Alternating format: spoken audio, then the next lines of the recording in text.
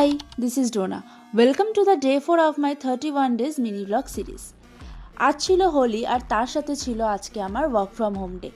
দিনটা অনেকটা সানডের মতো লেজি আর স্লোভাবে শুরু হলেও কাজ করতে করতে কিভাবে সারা দিনটা কেটে গেল বুঝতেই পারলাম না।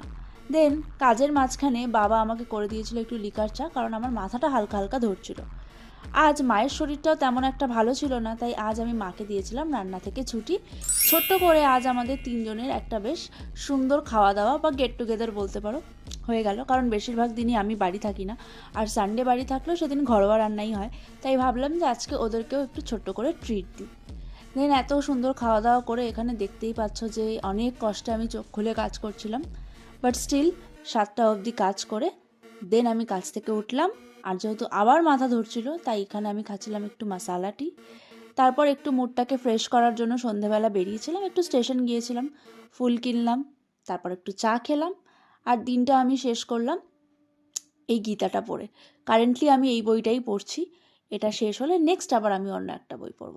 So that's it for today, by.